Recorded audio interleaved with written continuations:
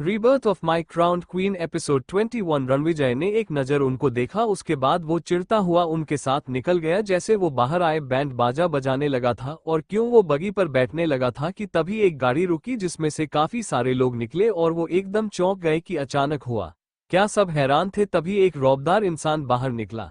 वो गुस्से से तिलमिलाते हुए नजर आ रहे थे और उनको देखते ही रणविजय के पापा आगे आते हुए बोले, अरे समधी जी, आप इस वक्त, बारात तो आ ही रही थी, क्या हो गया अचानक से।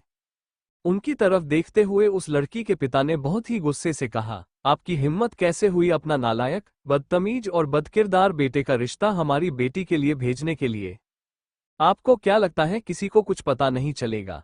हम लोग बेवकूफ नजर आ रहे हैं आप लोगों को? रणविजय ने जैसे ही ये सुना एकदम हैरान हो गया। उसने एकदम सामने आकर कहा, ये क्या बदतमीजी है, आप इस तरह कुछ भी नहीं कह सकते हैं मुझे। उसने इतना कहा ही था तभी एक जोरदार छन्नाटेदार थप्पड़ उसके मुंह पर लगा और वो गुस्से से भरकर उनकी तरफ देखने लगा। माहौल एकदम गंभीर हो गया था। रणविजय इस थप्पड़ के बाद एकदम चिढ़ और गुस्से के साथ उनको देखने लगा। वो गुस्से से उसका कॉलर पकड़कर खींचते हुए बोले, तुम जैसे बदतमीज लड़के को हम अपनी बेटी कभी नहीं देंगे। रणविजय ये सब किसी तरह से बर्दाश्त नहीं कर पा रहा था। अब उसके पापा आगे आकर बोले, समधी जी, अचानक से क्या हो गया? सब तो ठीक चल रहा था, आप ये ऐसी बातें क्यों कर रहे हैं? वो ये रिश्ता खोना नहीं चाहते थे। तभी उस लड़की के पिता ने गुस्से से कहा, किसी अनजान ने आकर हमें बताया आपके बेटे के बारे में। हमें आपसे ये उम्मीद नहीं थी। और फिर उसके बाद उन्होंने बताया किस तरह से उनको उनके बेटे के बारे में किसी ने था और अब वो इस बात को लेकर कोई छूट भी नहीं बोल पा रहे थे, जिस वजह से वो लोग गुस्सा कर अब वहां से जा चुके थे। रणविजय के पिता इस वक्त बहुत ही ज्यादा में थे। रणविजय को खास फर्क नहीं पड़ा था, पर उसकी बेइज्जती की गई थी, ये बात उसे बर्दाश्त नहीं हो रही थी। उसने अपने पापा की ओर देखकर गुस्से से कहा, आपको यही लोग मिले थे? उसने इतना कहा था तभी उसके पिता ने भी एक जोरदार थप्पड़ उसके गाल पर मारा। रणविजय ने एकदम गुस्से से अपने पापा की तरफ देखा तभी वो गुस्से से भरकर बोले, तेरी वजह से हुआ है ये सब कुछ ठीक चल रहा था, तूने ही कुछ किया होगा। वो हैरान होकर अपने पापा को देखता रह गया। उसने बोलने की कितनी ही कोशिश की, उसके बाद भी वो उसकी बात सुनने को तैयार नहीं थे। वो वहां से निकल गए पर रणविजय सोच में पड़ गया था। निहारिका रात गए घर आए। सम्राट की वजह से वो आना नहीं चाहती थी पर आना उसे यही था। जब वो घर आई उसने देखा सुमित्रा जी उसके इंतजार में बैठी हुई थी, जो देखकर उसे हैरानी हुई। बेशक सम्राट से शादी कर उसे कुछ भी नहीं मिला था, पर सुमित्रा जी सास से हटकर मां बनकर ही रही। सुमित्रा जी ने उसे जबरदस्ती खाना खिलाया, वो चाहकर भी माना नहीं कर पाए। वो अब अपने कमरे में जाने के लिए तैयार थी तभी सुमित्रा जी ने कहा, एक बात कहे बेटा। वो इस तरह से पूछ रही थी कि वो मना नहीं कर पाए। सुमित्रा जी ने उसके हाथ पर अपना हाथ रखकर बहुत ही नरमी और प्यार से कहा, कुछ रिश्ते ऐसे बनते हैं कि हम चाहते हैं पर बेटा किस्मत में वही होता है। हम ये नहीं कह रहे हैं हमारा बेटा ठीक है, पर हाँ, अगर आप दोनों मिलकर कोशिश करेंगे तो आप दोनों की ही जिंदगी आसान हो जाएगी। सुमित्रा जी की इस बात को सुनकर वो कुछ नहीं बोली। वो अब उठकर अपने कमरे की ओर बढ़ गई और निहारिका को भी जाने का इशारा किया। निहारिका अपने कमरे की ओर बढ़ गई। आज सुबह बस एक बार सम्राट उसे नजर आया था, उसके बाद से नहीं। वो जैसे ही कमरे में आई उसने देखा वो किसी काम में लगा हुआ था। हमेशा की तरह उसके चेहरे पर एकदम गंभीरता नजर आ रही थी। उसे देखते ही निहारिका के मन में कल वाली बातें आई, जिसकी वजह से उसे अब भी सम्राट पर गुस्सा आ रहा था। सम्राट ने उसका आना महसूस किया था। वो अब भी अपना काम करता रहा। निहारिका ने एक नज़र उस पर डाली और तंज से बोली, देख लो, जो इंसान अच्छा होता है ना, भगवान भी उसका ही साथ देता है। कुछ नहीं हुआ मेरे दोस्त को। निहारिका की बात सुनकर सम्राट ने अपनी नज़र उस पर उठाई। वो अब एक नज़र उस पर डालकर वापस अपनी नज़र लैपटॉप पर टिका ली। निहारिका, जो हमेशा उसके कुछ भी कहने पर चिढ़ जाती थी, वो आज खुद उसके बात ना करने की वजह से चिढ़ गई थी। वो कुछ पल तक उसको देखती रही। आज सम्राट ने कुछ कहा ही नहीं था। वो अपने काम में लगा रहा। निहारिका अपनी जगह पर लेट गई। सम्राट ने बिल्कुल भी कुछ नहीं कहा। क्या चल रहा है इसके मन में? अगर आज भी ये रुद्र से बदले का सोच रहा हो तो? क्या सोच रहा है ये? निहारिका उसे चुप देखकर अपने आप में ही सोच रही थी। अब उसने चिढ़कर अपने आप में कहा, पर इस बार इसे मैं छोड़ूंगी नहीं अगर इसने मेरे दोस्त को कुछ भी किया था। अंबिका कमरे में आई। कमरे में एकदम अंधेरा था। उसने आहिस्ता से आवाज दी, हुकुम सा, हुकुम सा। उसकी आवाज सुनकर भी कोई फर्क नहीं पड़ा। इतने अंधेरे की वजह से अंबिका को कुछ भी नहीं आ रहा था। वो घबराकर स्विच बोर्ड के पास आने लगी। उसने जैसे तैसे करके लाइट्स ऑन करने के लिए अपना हाथ आगे बढ़ाया, तभी एकदम ही लाइट्स ऑन को गई और सामने बेड पर रुद्रवीर को खून से लथपथ देखकर उसकी सांसें गले में अटक गई। वो एकदम चिल्ला उठी, हुकुम सा। अंबिका कमरे में आए। कमरे में एकदम अंधेरा था। उसने आहिस्ता से आवाज दी, हुकुम सा, हुकुम सा। उसकी आवाज सुनकर भी कोई फर्क नहीं पड़ा। इतने अंधेरे की वजह से अंबिका को कुछ भी नहीं आ रहा था। वो घबराकर स्विच बोर्ड के पास आने लगी। उसने जैसे तैसे करके लाइट्स ऑन करने के लिए अपना हाथ आगे बढ़ाया, तभी एकदम ही लाइट्स ऑन हो गई और सामने बेड पर रुद्रवीर को खून से लथपथ देखकर उसकी सांसें गले में अटक गई। वो एकदम चिल्ला उठी, हुकुम सा। अंबिका बुरी तरह से छटपटाते हुए एक बार फिर चीखी थी और उसकी आवाज सुनते ही उसके बगल में सो रहे रुद्रवीर की आंख खुल गई। उसने आंखें खोलते ही उसकी ओर देखा तो पाया अंबिका के चेहरे पर एकदम पसीना था और वो घबरा रही थी। उसने हल्का सा उसके सर पर हाथ रखकर उसे आवाज दी। अंबिका की आंख खुली। उसने जैसे ही अपनी आंखें खोली, सामने रुद्रवीर नजर आया। उसे देखते ही अंबिका उससे लिपट गई और रुद्रवीर भी उसे नासमझी से देख रहा था, लेकिन उसकी घबराहट देखकर कहीं ना कहीं उसे समझ आ गया था कि शायद उसने कोई बुरा ख्वाब देख लिया होगा। वो हल्के से उसकी पीठ को थपथपाते हुए बोला, कुछ नहीं हुआ, परेशान मत हो, ये यही है।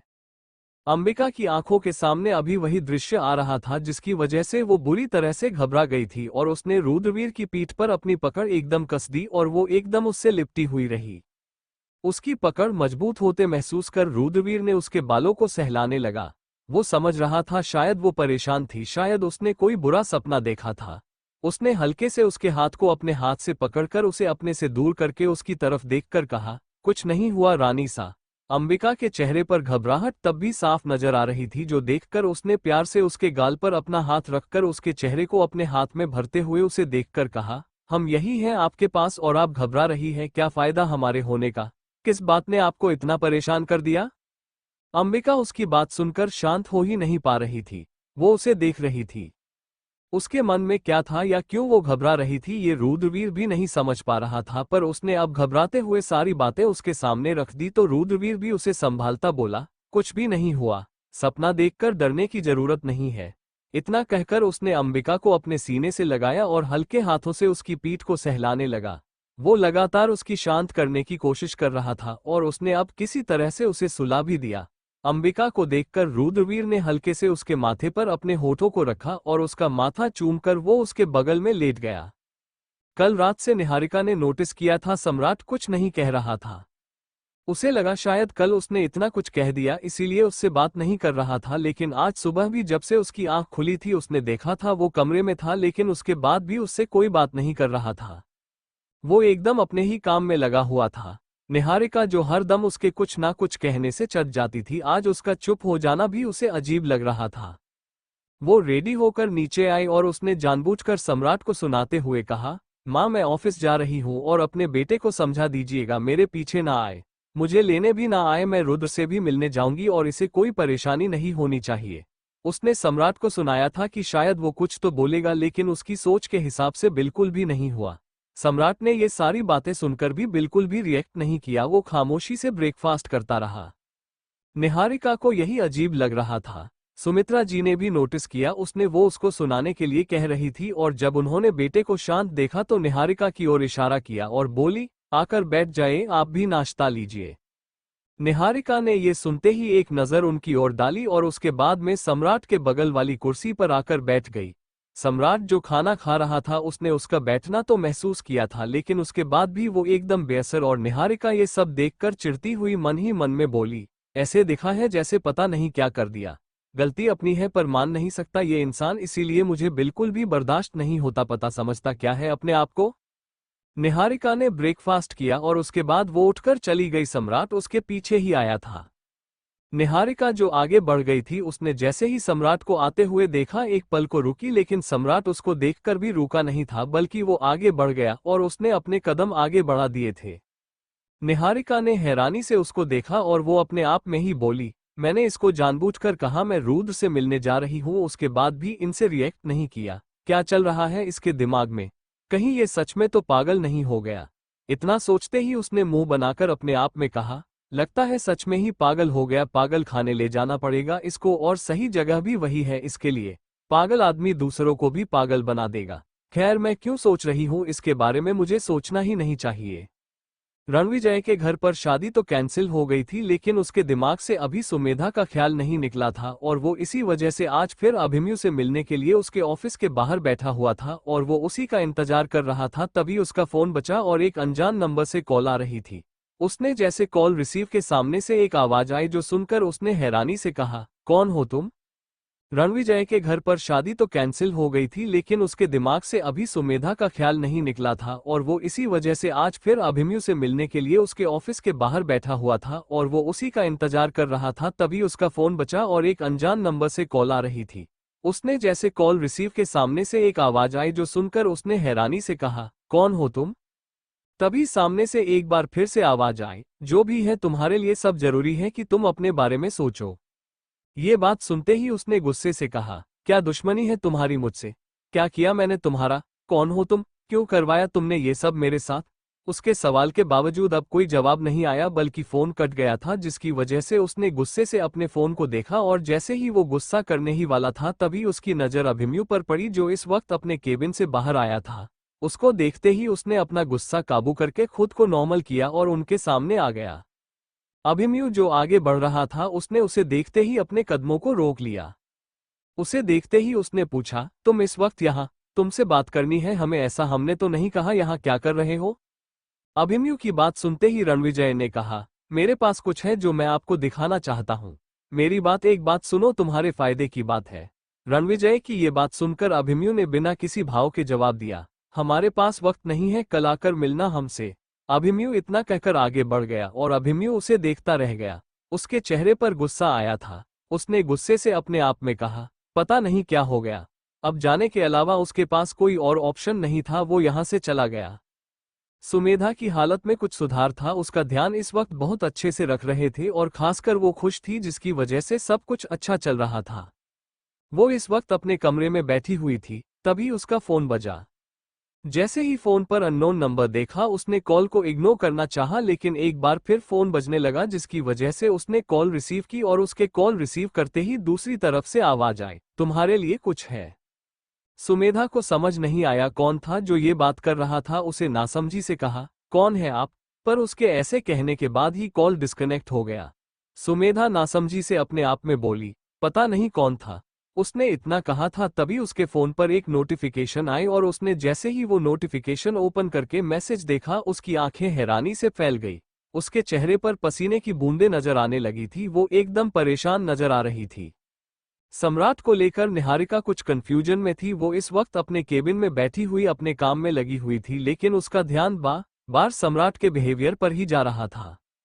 कल से वो शांत हो गया था। कल उसने जिस तरह से बात की थी उसके बाद निहारिका को लगा शायद उसके बातों से वो गुस्सा था, लेकिन उसका बिहेवियर कुछ बदला हुआ सा लग रहा था जिसने उसे कंफ्यूजन में डाल दिया था।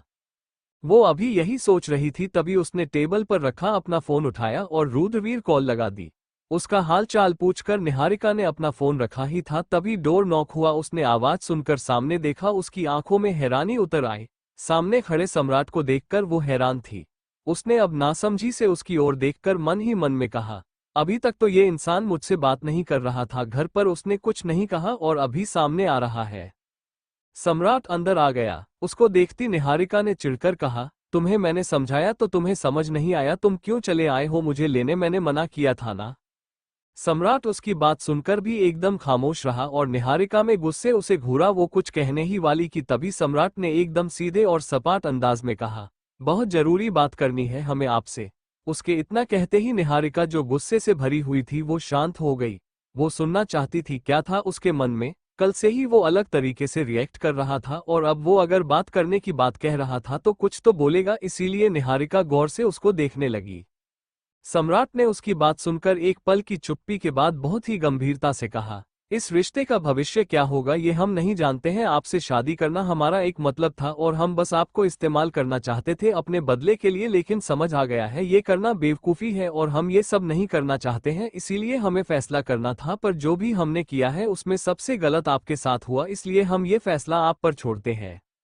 निहारिका को समझ नहीं आया वो क्या कहना चाहता था, लेकिन उसने जब बदले वाली बात की तब उसे एक पल के लिए हैरानी हो गई कि वो इंसान इतनी आसानी से ये बात मान गया था। वो हैरान होकर उसे देख ही रही थी, तभी सम्राट ने एक बार फिर से कहा, ये शादी जिसकी वजह से आपकी माँ और हमारी माँ दोनों खुश है, लेकिन आप खुश नहीं हैं, इसीलिए अगर आप चाहती हैं तो हम तलाक के लिए तैयार हैं। आप सोच लीजिए आपको क्या फैसला करना है। आप हमसे तलाक चाहती हैं या इस रिश्ते को रखना चाहती हैं, ये फैसला आपके ऊपर है और इसका जवाब हमें आप जब भी देना चाहिए आप दे सकती है। बस यही कहना था हमें। सम्राट इतना कहकर उठकर वहां से चला गया और निहारिका को उसने तो कह दिया था उसे उसका फैसला चाहिए था, लेकिन वो बहुत बुरी तरह से उलझ गई थी।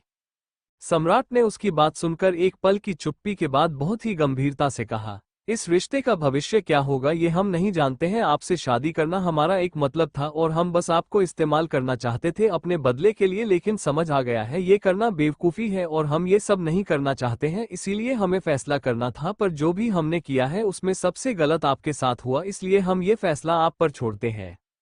निहारिका को समझ नहीं आया वो क्या कहना चाहता था, लेकिन उसने जब बदले वाली बात की तब उसे एक पल के लिए हैरानी हो गई कि वो इंसान इतनी आसानी से ये बात मान गया था। वो हैरान होकर उसे देख ही रही थी, तभी सम्राट ने एक बार फिर से कहा, ये शादी जिसकी वजह से आपकी माँ और हमारी माँ दोनों खुश है, लेकिन आप खुश नहीं हैं, इसीलिए अगर आप चाहती हैं तो हम तलाक के लिए तैयार हैं। आप सोच लीजिए आपको क्या फैसला करना है। आप हमसे तलाक चाहती हैं या इस रिश्ते को रखना चाहती हैं, ये फैसला आपके ऊपर है और इसका जवाब हमें आप जब भी देना चाहिए आप दे सकती है।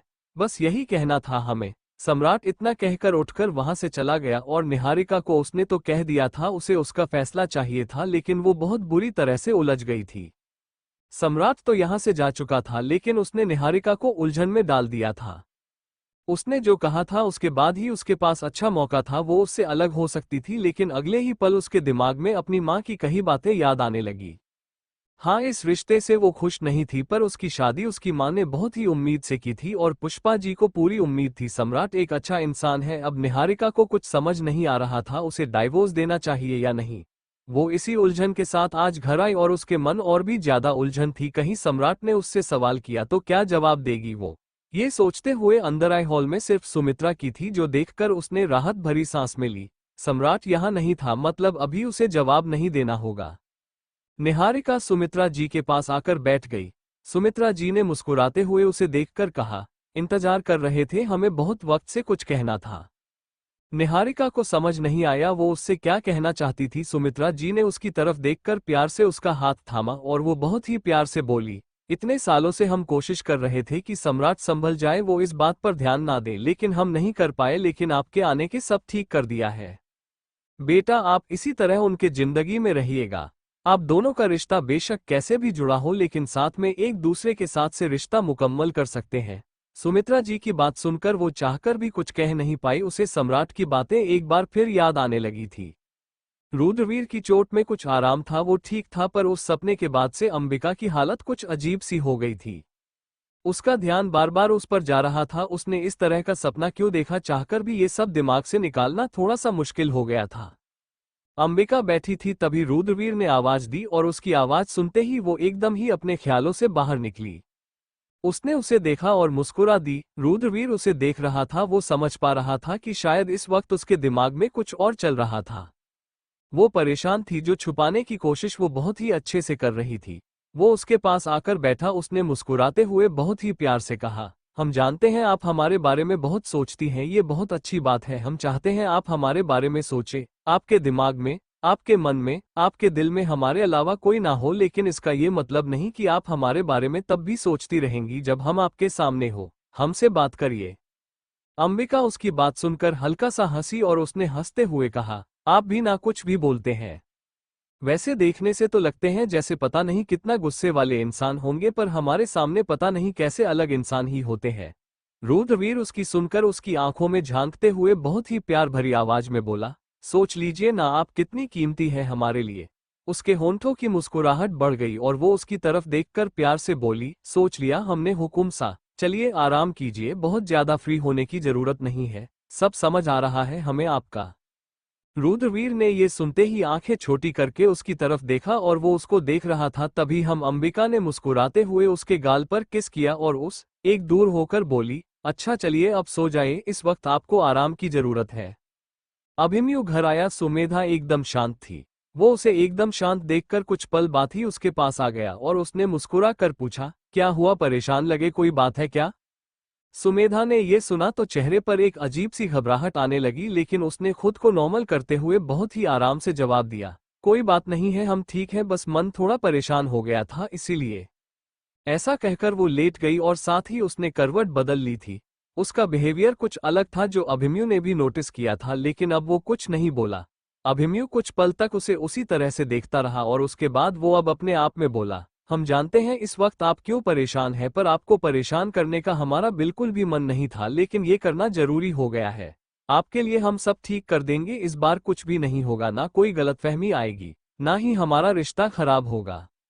निहारिका कुछ उलझी थी, मन में बहुत कुछ चल रहा था जो वो समझ नहीं पा रही थी। सम्राट उससे उसका फैसला ना पूछ ले, वो खुद इस वक्त कुछ भी डिसाइड नहीं कर पा रही थी। सुबह आंख खुलते ही यही ख्याल उसे आया था, मगर सम्राट कमरे में नहीं नजर आया, जो देखकर उसको राहत मिली थी। वो अभी बेड से उठी थी तभी वॉशरूम का दरवाजा खुला। सम्राट को देखते ही उसके चेहरे पर एक अजीब से भाव आने लगे थे, मगर उसने खुद को इस तरह से नॉर्मल रखा हुआ था मानो कुछ पता ही ना हो। सम्राट अब ड्रेसिंग टेबल के सामने आ गया था, उसने कुछ नहीं कहा। निहारिका भी झट से वॉशरूम में जा घुसी, वो नहीं चाहती थी सम्राट अब उससे कुछ कहे। उसने दरवाजा बंद करते ही एक गहरी सांस लेकर अपने आप में ही कहा, थैंक गॉड उसने कुछ नहीं कहा। लेकिन अब एकाएक उसे कुछ अजीब लगा। वो अपने आप में ही बोली, मैं उसके बारे में इतना क्यों सोच रही हूँ, मुझे क्या अगर बोलेगा तो। इतना कहते कहते वो शांत हो गई, उसे समझ नहीं आ रहा था वो उसे क्या कहेगी। इस वक्त यही तो उसकी सबसे बड़ी उलझन थी। सम्राट ने आज बाद में भी उससे कुछ नहीं पूछा था, जिसकी वजह से निहारिका कुछ शांत हो गई थी, लेकिन हाँ उसका मन परेशान था। वो समझ नहीं पा रही थी उसे क्या डिसाइड करना चाह रही थी। इस बात को लेकर वो काफी डिस्टर्ब थी। वो क्या सोच रहा था, उसके दिमाग में क्या चल रहा था, ये वो उसके चुप रहने की वजह से समझ नहीं पा रही थी। निहारिका ऑफिस जाने के लिए निकल गई थी, पर सम्राट आज अब तक ऑफिस नहीं गया था। वो अब नीचे आया। सुमित्रा जी ने बेटे पर एक नजर डाली और उसे आवाज दी, सम्राट इधर आइए। अपनी माँ की आवाज सुनकर वो ठहर गया। उसने उनकी तरफ देखा और उनके पास आया। सुमित्रा जी ने उसे बहुत ही गौर से देखकर पूछा, क्या चल रहा है बेटा आपके मन में? अपनी माँ की ये बात सुनते ही उसने नजरें चुराकर कहा, कुछ भी नहीं चल रहा है माँ। सुमित्रा जी इस वक्त उसे गौर से देख रही थी और वो समझ पा रही थी उसके मन में कुछ तो था जो वो बता नहीं रहा था। सुमित्रा जी ने अपनी ओर से उससे पूछने की कोशिश की, मगर उसने कुछ नहीं कहा था, वो चला गया। रुद्रवीर कुछ बेहतर महसूस कर रहा था। अब उसने ऑफिस जाने का काम शुरू कर दिया था। वो नीचे आ रहा था तभी सामने से आ रहे शिवराज जी को देखकर उसके कदम ठहरे। शिवराज जी ने एक नजर उस पर डालकर सवाल किया, तबीयत ठीक है आपकी? जी, रुद्रवीर ने बस इतना ही जवाब दिया। उन दोनों के बीच अक्सर ऐसे ही बात होती थी। शिवराज जी ने उसकी ओर देखा, वो कुछ कहते उससे पहले ही वो वहां से चला गया और वो उसको जाते हुए देखते रहे। उनके चेहरे पर एक अजीब सी बेबसी आ गई थी। वो जाते हुए बेटे को देखते रह गए। आंखों में एक अजीब सा दुख नजर आ रहा था, लेकिन चाहकर भी वो कुछ कह नहीं सकते थे, इसलिए वहां से चले गए। दादी सा के साथ बैठी कनुप्रिया जी ने ये देखकर एक दूसरे की तरफ देखा। रुद्रवीर नीचे आ गया। कनुप्रिया जी सास को एक नजर देखकर उठते हुए बोला, अभी आपको आराम करना चाहिए था रुद्र। उनकी बात सुनकर उसने हल्की सी मुस्कान के साथ बहुत आराम से जवाब दिया, हम ठीक है माँ सा। अच्छा चलिए पहले नाश्ता करिए, कनुप्रिया जी ने बहुत प्यार से कहा और उनकी बात सुनकर वो गर्दन हिलाकर डाइनिंग एरिया की ओर आ गया। दादी सा रुद्रवीर को जाते हुए देखकर अफसोस से अपने आप में ही बोली, पता नहीं कब समझेंगे आप। सुमेधा एकदम बेचैन थी। वो गाड़ी में बैठी एकदम घबरा रही थी। ड्राइवर कार चला रहा था और जैसे जैसे गाड़ी आगे जा रही थी उसकी घबराहट बढ़ती चली जा रही थी। उसके चेहरे पर डर नजर आ रहा था। वो अपने आप में ही बोली, हे भगवान प्लीज कुछ गलत ना हो, अब हम कुछ भी ऐसा नहीं चाहते अपनी जिंदगी में। इतनी मुश्किल से सब ठीक हुआ है। उसके चेहरे पर घबराहट भी साफ नजर आ रही थी। कुछ देर बाद ड्राइवर में जैसे ही गाड़ी रोकी, सुमेधा ने आसपास देखा। ये एक अजीब सा गोदाम था। उसने अब गाड़ी से निकालकर इधर उधर देखा, आसपास कोई भी नजर नहीं आ रहा था, जो देखकर उसकी घबराहट और बढ़ गई थी। वो जैसे जैसे आगे चलने लगी, उसने कुछ ही आगे रणविजय को देखा और उसको देखते ही उसके चेहरे का रंग एक पल के लिए उड़ गया था। वही अपने सामने सुमेधा को देखकर रणविजय के चेहरे पर एक बेशर्मी भरी मुस्कुराहट आ गई और उसने उसकी तरफ देखकर कहा, तो आ ही गए तुम, मुझे पता था तुम जरूर आओगी और मुझे तुम्हारा ही इंतजार था। तुम्हारा आना तो बनता था। वो बेशर्मी से बोलता जा रहा तो सुमेधा जो अब तक घबरा रही थी उसको देखते ही उसके चेहरे पर एक गुस्सा भी उतर आया था और साथ ही गुस्से से उसको घूर कर उसने कहा, क्या लगता है तुमको तुम मुझे ब्लैकमेल करोगे और मैं इतनी आसानी से तुम्हारी बात मान लूंगी? एक बात याद रखो, मुझे तुम कुछ भी गलत कर नहीं पाओगे। मैं यहाँ आई हूँ ताकि तुम ये समझ लो कि तुम्हारा कुछ भी करना काम नहीं रहेगा। मेरे पति को मुझ पर विश्वास है। रणविजय जैसे ही उसकी ये बात सुनी वो खिलखिला कर बेशर्मों की तरह हंसने लगा। उसने हंसी रोक कर कहा, विश्वास? मेरे एक बार कहने पर क्या असर पड़ा था ये मुझे भी बहुत अच्छे से पता है और अब तुम देखती जाओ मैं क्या करता हूं। मैं तुम्हारे साथ बहुत ही आराम से कह रहा हूं सुमेधा, छोड़ो उस इंसान को, वो तुम पर विश्वास ही नहीं करता है, तुमसे प्यार नहीं करता। जैसा प्यार मैं तुमसे करता हूं ऐसा कोई नहीं कर सकता। मेरे साथ चलो। सुमेधा जो अब तक उसे देख रही थी उसके चेहरे पर गुस्सा बहुत बढ़ गया और उसने एक जोरदार थप्पड़ उसके गाल पर जड़ते हुए कहा, इस जिंदगी में मैं तुम्हारे साथ कभी नहीं आने वाली। तुम जैसे बेशर्म इंसान के साथ मेरा कोई रिश्ता नहीं है और तुम्हें मैंने बहुत पहले ही समझा दिया था पर तुम्हें समझ नहीं आया ना, तुमने बहुत हल्के में ले लिया। रणविजय उसे गुस्से से घूर कर देख रहा था। उसने उस पर हाथ उठा था, ये बात वो बर्दाश्त नहीं कर पा रहा था और उसके गुस्से से उसकी तरफ जैसे ही अपना हाथ बढ़ाया तभी एक मजबूत हाथ ने उसके हाथ को थाम लिया था और जैसे ही उन दोनों में सामने देखा, अभिमन्यु को देखते ही दोनों के चेहरे का रंग उड़ गया था। सुमेधा अब कुछ ज्यादा ही घबरा रही थी। अब पता नहीं वो क्या करेगा, क्या समझेगा। उसके चेहरे पर एक अजीब सा डर दिख रहा था, जबकि रणविजय मन ही मन को सोचकर बेशर्मी से मुस्कुरा दिया था। रणविजय उसे गुस्से से घूर कर देख रहा था। उसने उस पर हाथ उठा था, ये बात वो बर्दाश्त नहीं कर पा रहा था और उसके गुस्से से उसकी तरफ जैसे ही अपना हाथ बढ़ाया तभी एक मजबूत हाथ ने उसके हाथ को थाम लिया था और जैसे ही उन दोनों में सामने देखा, अभिमन्यु को देखते ही दोनों के चेहरे का रंग उड़ गया था। सुमेधा अब कुछ ज्यादा ही घबरा रही थी। अब पता नहीं वो क्या करेगा, क्या समझेगा। उसके चेहरे पर एक अजीब सा डर दिख रहा था, जबकि रणविजय मन ही मन को सोचकर बेशर्मी से मुस्कुरा दिया था। अभिमन्यु को सामने देखकर सुमेधा की घबराहट बहुत ज्यादा बढ़ गई थी। वो आज बिना उसे बताए ही आई थी ताकि और रणविजय से बात करके ये सब खत्म कर सके, लेकिन वो यहाँ पहुंच गया था। वो पता नहीं क्या सोचेगा, ये सोच सोचकर उसके चेहरे पर घबराहट बढ़ती जा रही थी। अभिमन्यु का चेहरा एकदम सख्त और गुस्से से भरा हुआ नजर आ रहा था, जिसकी वजह से उसका डर और भी ज्यादा बढ़ रहा था। वही रणविजय अभिमन्यु को देखकर कुटिलता से मुस्कुरा रहा था। उसने मुस्कुराते हुए कहा, अरे राजा साहब, आप ही का इंतजार था। उसके इतना कहते ही अभिमन्यु ने गुस्से से उसका हाथ झटका और उसने इतनी तेजी से उसका हाथ झटक था कि वो 3 कदम दूर जाकर गिरा। रणविजय ने गुस्से से भरी आंखों से उसे देखा। सुमेधा डर रही थी। उसने उसकी तरफ देखकर बहुत ही धीरे से कहा, कुंवरसा, हम वो सब ठीक करना चाहते थे। हम बस इसीलिए आपको नहीं बता रहे थे क्योंकि। उसने इतना कहा ही था तभी रणविजय ने एकदम ही बेशर्मी से कहा, अरे क्यों झूठ बोल रही हो तुम, कहो ना तुम्हें मेरे साथ आना था। इतना भी झूठ मत बोलो, गलत बात है ये। तुम्हारा पति इतना तो जानता है, तुम्हें बहुत कुछ बता रखा है मैंने इसे हमारे बारे में। अभिमन्यु एकदम चुप था। रणविजय की ये बातें सुनकर सुमेधा का डर बढ़ रहा था, उसके चेहरे पर घबराहट भी बढ़ रही थी। वो अभिमन्यु की तरफ देख रही थी, लेकिन अब उसने गुस्से से रणविजय की तरफ देखकर कहा, तुम चुप रहो, तुमसे बात नहीं कर रहे हैं हम।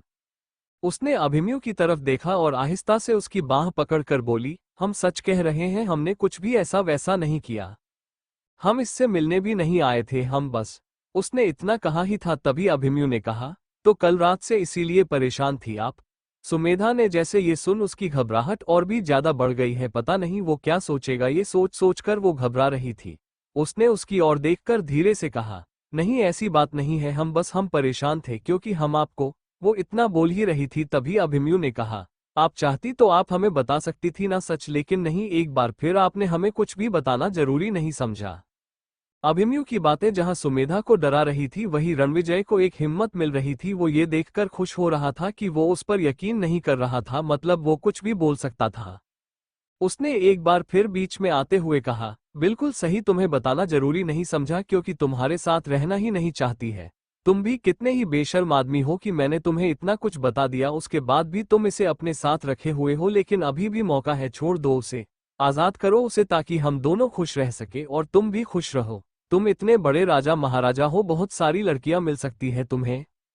सुमेधा जो अभिमन्यु की वजह से डर रही थी, उसने उसकी ये बात सुनते ही एक बार फिर जोरदार थप्पड़ उसके गाल पर जड़ते हुए बहुत ही गुस्से से कहा, क्या तुम्हें समझ नहीं आ रहा है? बोल रहे हैं ना, बीच में मत बोलो। क्या समझ रखा है तुमने हमें? तुम कुछ भी बोलोगे और कोई यकीन कर लेगा? हम तुमसे बात नहीं कर रहे हैं, हम अपने पति से बात कर रहे हैं, तुम्हें बीच में बोलने की जरूरत बिल्कुल भी नहीं है। सुमेधा का अंदाज एक बार फिर बहुत वैसा था जैसे वो कभी हुआ करती थी, जो देखकर रणविजय उसको गुस्से से भरी आंखों से देखने लगा। उसने एक बार फिर अपना हाथ आगे बढ़ाया ही था, तभी अभिमन्यु ने बहुत ही गुस्से से उसके हाथ को पकड़ लिया और अब उसका गला पकड़ते हुए बोला, ये गलती से भी मत करना। रणविजय का गला उसने इतनी सख्ती से पकड़ रखा था कि अब वो सांस लेने के लिए छटपटाने लगा था। अभिमन्यु का गुस्सा देखकर एक पल को सुमेधा डर गई थी, लेकिन अब उसने उसे छोड़ और वो गुस्से से बोला, तुम्हें क्या लगता है इतने बेवकूफ है हम? एक बार तुम्हारी बातों को सुन लिया तो हर बार तुम्हारी बातों को सुनेंगे। उसके इतना कहते ही रणविजय ने ना समझी से उसकी तरफ देखा। वही सुमेधा ने जब ये सुना तो चेहरे पर एक हल्की सी राहत आई। उसने कहा था वो उस पर यकीन करता था, मतलब वो सच में उस पर यकीन करता था। ये सोचकर ही उसने अब राहत भरी सांस ली थी। वो उसके साथ था, ये एहसास ही उसके सारे डर को, उसकी सारे घबराहट को दूर कर गया था। रणविजय की तरफ देखकर अभिमन्यु ने गुस्से से उसका हाथ जोर से झटकते हुए एक बार फिर से कहा, तुम्हें हम इतने बड़े बेवकूफ लगते हैं? एक बार हमने बेवकूफ़ी की, इसका ये मतलब नहीं कि हम बार बार वही बेवकूफ़ी करेंगे और तुम हर बार मौके का फायदा उठाओगे। खबरदार, जो तुमने एक लफ्ज भी आगे कहा तो। रणविजय हैरान होकर उसकी तरफ देखने लगा। उसने अब उसकी तरफ देखकर कहा, नहीं तुम गलत समझ रहे हो, मेरे पास सच में सबूत है। मैं तुमसे इसीलिए मिलने जा रहा था। देखो, तुम्हारी बीवी भी इसीलिए मुझसे मिलने आई है क्योंकि उसके मन में खोट है। मेरे पास सबूत है उसके खिलाफ। ऐसा कहकर उसने अपना फोन निकाला और अब उसके चेहरे पर एक बार फिर शैतानी सी मुस्कुराहट आने लगी थी, जबकि फोन उसके हाथ में देखते ही सुमेधा को घबराहट होने लगी। वो बहुत ज्यादा घबरा रही थी। उसे वो फोटो याद आने लगी जो कल उसने देखी थी, जिसकी वजह से आज वो यहाँ आई थी। अगर उसने अभिमन्यु को ये दिखा दिया तो वो क्या सोचेगा? एक बार फिर कहीं वो उसे गलत तो नहीं समझेगा? ये बातें उसके चेहरे पर एक डर ले आई थी और अब रणविजय ने अपना फोन अभिमन्यु की तरफ आगे बढ़कर कहा, ये लो देखो। वो फोटोज देखते ही अभिमन्यु का चेहरा एकदम सख्त हो गया था। रणविजय की तरफ देखकर अभिमन्यु ने गुस्से से उसका हाथ जोर से झटकते हुए एक बार फिर से कहा, तुम्हें हम इतने बड़े बेवकूफ लगते हैं? एक बार हमने बेवकूफ़ी की, इसका ये मतलब नहीं कि हम बार बार वही बेवकूफ़ी करेंगे और तुम हर बार मौके का फायदा उठाओगे। खबरदार, जो तुमने एक लफ्ज भी आगे कहा तो। रणविजय हैरान होकर उसकी तरफ देखने लगा। उसने अब उसकी तरफ देखकर कहा, नहीं तुम गलत समझ रहे हो, मेरे पास सच में सबूत है। मैं तुमसे इसीलिए मिलने जा रहा था। देखो, तुम्हारी बीवी भी इसीलिए मुझसे मिलने आई है क्योंकि उसके मन में खोट है। मेरे पास सबूत है उसके खिलाफ। ऐसा कहकर उसने अपना फोन निकाला और अब उसके चेहरे पर एक बार फिर शैतानी सी मुस्कुराहट आने लगी थी, जबकि फोन उसके हाथ में देखते ही सुमेधा को घबराहट होने लगी। वो बहुत ज्यादा घबरा रही थी। उसे वो फोटो याद आने लगी जो कल उसने देखी थी, जिसकी वजह से आज वो यहाँ आई थी। अगर उसने अभिमन्यु को ये दिखा दिया तो वो क्या सोचेगा? एक बार फिर कहीं वो उसे गलत तो नहीं समझेगा? ये बातें उसके चेहरे पर एक डर ले आई थी और अब रणविजय ने अपना फोन अभिमन्यु की तरफ आगे बढ़कर कहा, ये लो देखो। वो फोटोज देखते ही अभिमन्यु का चेहरा एकदम सख्त हो गया था। अभिमन्यु का चेहरा सख्त देखकर सुमेधा की घबराहट बढ़ती जा रही थी। वो लंबी लंबी सांस ले रही थी। तभी अभिमन्यु ने जोर से रणविजय का फोन उठाकर जमीन पर पटक दिया। उसके ऐसा करते ही रणविजय ने एकदम बौखला कर कहा, ये क्या कर रहे हो तुम? और अब अभिमन्यु ने एक बार फिर गुस्से से उसका गला पकड़ लिया। वो बहुत ही जोर से उसका गला पकड़े हुए बोला, रणविजय तुमने बहुत बड़ी गलती कर दी थी। एक बार हमें गलत जानकारी देकर तुम्हें लगता है अभिमन्यु राणा को सिर्फ गुस्सा करने आता है, लेकिन हमें और भी बहुत कुछ आता है। अपने दुश्मन से बदला लेने में पीछे नहीं रहते हैं हम। ऐसा कहते हुए वो उसके गले पर अपनी पकड़ एकदम मजबूत करता जा रहा था। रणविजय सांस लेने के लिए जब छटपटाने लगा तब अभिमन्यु ने उसे झटका और उसके ऐसा करते ही रणविजय ने अब एक बार फिर से कहा, तुम पागल हो गए हो जो तुम्हें यकीन नहीं हो रहा है? मैं तुमसे झूठ क्यों बोलूंगा? मैं सच कह रहा हूं। मैंने जो भी तुम्हें फोटो दिखाई है वो कुछ भी झूठ नहीं है, ये सब सच है, तुम जानते हो, पर तुम्हें यकीन नहीं करना है तो ये तुम्हारी प्रॉब्लम है। एक ऐसी औरत के साथ रहना। उसने इतना कहा ही था तभी अभिमन्यु ने एक जोरदार थप्पड़ उसके गाल पर मरते हुए गुस्से से उसकी कॉलर पकड़कर उसे खींचकर कहा, मुंह बंद। अगर हमारी पत्नी के खिलाफ एक भी लफ्ज कहा तो जबान बाहर निकाल कर फेंक देंगे। क्या लगता है तुम्हें तुम ये सब करते जाओगे और हमें कुछ पता नहीं चलेगा? रणविजय अब नासमझी से उसे देखने लगा। अब एकाएक उसे कुछ याद आया और उसने एकदम कहा, मतलब तुमने किया ये सब मेरे साथ? सुमेधा समझ नहीं पाई थी ये सब, लेकिन उसे इस बात की राहत थी कि कम से कम अभिमन्यु को उस पर भरोसा था और इससे ज्यादा वो कुछ चाहती भी नहीं थी। वो राहत भरी सांस लिए वहां खड़ी थी, तभी अभिमन्यु ने रणविजय को देखकर कुटिलता भरी मुस्कुराहट के साथ कहा, इस बार हम तुम्हारे जाल में नहीं, तुम हमारी जाल में फंसे हो। रणविजय सिंह, क्या लगता है तुम्हें इतनी आसानी से छोड़ देंगे हम उस इंसान को जो हमें हमारी बीवी के खिलाफ ब्लैकमेल करेगा और झूठ बोलेगा, और जब खासकर वो इंसान खुद गलत हो तो अगर हमारा बस चलता ना, तुम्हारी बहुत ही बोटी बोटी करके कुत्तों में बांट देते। उसके चेहरे पर इस वक्त एकदम ही सख्ती और गुस्सा नजर आ गया था। अभिमन्यु का चेहरा एकदम सख्त था। रणविजय ने उसकी तरफ देखकर गुस्से से भरी आवाज में कहा, तुमने मेरे साथ बिल्कुल भी ठीक नहीं किया। तुम्हें अगर पता था तो तुमने मेरे साथ ऐसा क्यों किया? तुम्हारी वजह से मेरी शादी नहीं हो पाई है, अब मैं तुम्हें इसके लिए कभी भी छोड़ने वाला नहीं हूं, और तुम्हारी बीवी वैसे भी कैरेक्टरलेस। उसने इतना कहा था कि अभिमन्यु ने एक बार फिर जोरदार मुक्का उसके मुंह पर मारा, और वो मुक्का इतनी जोर से लगा था कि उसके नाक से खून की कुछ बूंद निकलने लगी थी। अभिमन्यु ने एक बार फिर एक जोरदार मुक्का उसके मुंह पर मरते हुए कहा, अपने आप को इतना भी सही समझने की जरूरत नहीं है। एक एक सबूत जुटा लिए हैं हमने तुम्हारे खिलाफ, और अब तुम बचने वाले नहीं हो। रणविजय ने ये सुना तो उसके चेहरे का रंग उड़ गया था। वो इधर उधर देखने लगा, तभी कुछ आदमी वहां इकट्ठे हो गए और आसपास कुछ पुलिस वाले भी थे। रणविजय के चेहरे का रंग उड़ गया था, वो हैरान होकर सब देख रहा था। उसने एकदम ही कहा, तुम किस वजह से मुझे अरेस्ट करवा सकते हो? क्या सबूत है तुम्हारे पास? सुमेधा के चेहरे पर भी कुछ घबराहट आ गई। वो नहीं चाहती थी उससे जुड़ी कोई भी बात ऐसे सामने आए। पता नहीं अगर घर पर किसी को पता चलेगा तो क्या समझेगा। वो अभिमन्यु की तरफ देख रही थी। उसके चेहरे पर घबराहट साफ नजर आ रही थी। अभिमन्यु ने उसके पास आकर आहिस्ता से उसकी बाहों को पकड़ा और उसे थाम लिया। रणविजय ने जब उन दोनों को साथ देखा, उसके चेहरे पर एक बार फिर से गुस्सा आने लगा और उसने गुस्से से कहा, तुम किस वजह से मुझे अरेस्ट कर रहे हो?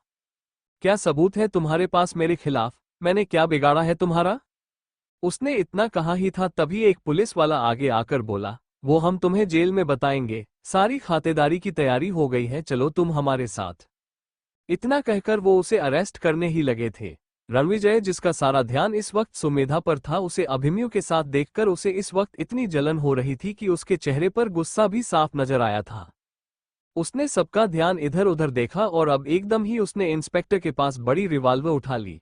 उसने वो रिवाल्वर एकदम तानी, सब चौकन्ना हो गए थे। पुलिस वाले ने उसे समझाते हुए कहा, देखो तुम ऐसी हरकत मत करो जिससे तुम्हारी सजा बढ़ जाए।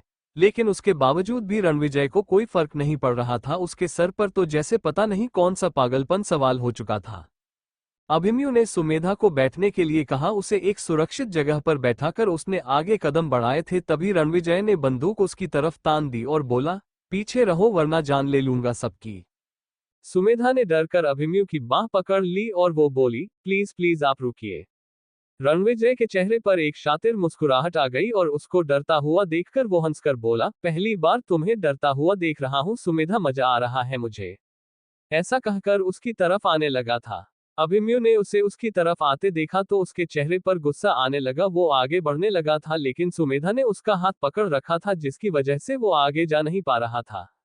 रणविजय के चेहरे पर खतरनाक मुस्कुराहट थी और पता नहीं वो क्या करना चाहता था। उसे सुमेधा की तरफ आता हुआ देखकर अभिमन्यु भी बिल्कुल भी बर्दाश्त नहीं कर पा रहा था। उसने अपने कदम आगे बढ़ा दिए और सुमेधा से उसका हाथ छूट गया था कि तभी एकदम एक गोली चलने की तेज आवाज आई, जिसके साथ ही सब कुछ एकदम थम चुका था। Thank you for listening. मुझे उम्मीद है आपको स्टोरी पसंद आई होगी। अगर आपको पसंद आए है तो प्लीज लाइक और कमेंट करना ना भूलें और मोर स्टोरीज के लिए सब्सक्राइब करें। मिलते हैं नेक्स्ट वीडियो में।